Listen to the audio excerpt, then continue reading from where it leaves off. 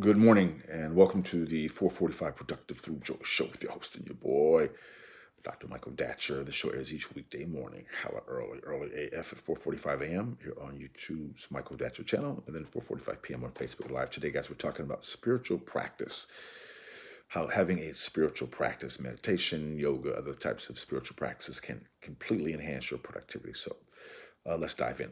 If you're new, you can go to productivethroughjoy.com to see about us. We speak to groups, schools, and organizations about being productive through joy. We have a series of really interesting and innovative workshops and models there. So you will see that when you visit.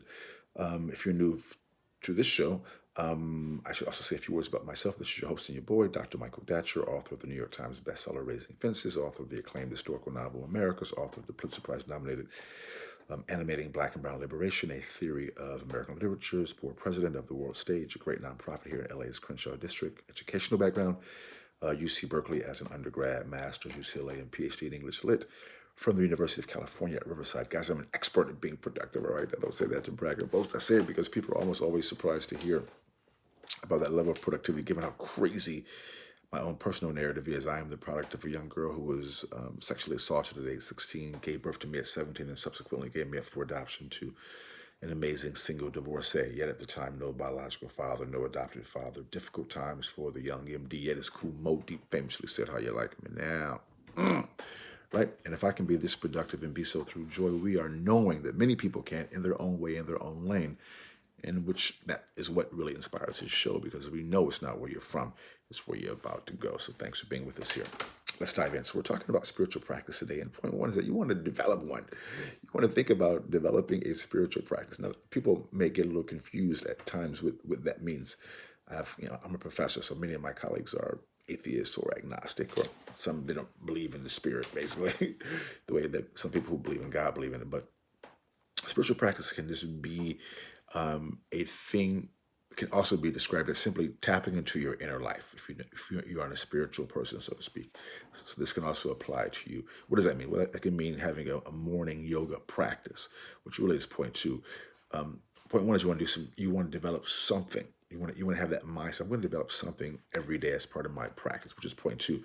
A segue into point two. Practice means you don't have to. We encourage you to do it, as a ritual, as we oftentimes say on this show, but as a thing that you do as you are in the practice of brushing your teeth and hopefully taking a shower or bath, in the practice of doing what needs to be done, kind of to maintain your basic upkeep, right? So in the same way, you can also have a practice to build what I like to call your internal infrastructure, right?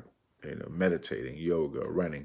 We help individuals actually create morning rituals as a way to do that, but that's a different story. Just go to the website and reach out. We'll let you know about all that, which also goes into point three. As you begin to live this lifestyle of spiritual practice, of daily ritual, you're going to begin to have a more groundedness, what I would call kind of a more centeredness, which is going to help you to basically be in joy. You will be less impacted by things that you cannot control because you are focused on your center. That sounds a little eerie theory there, but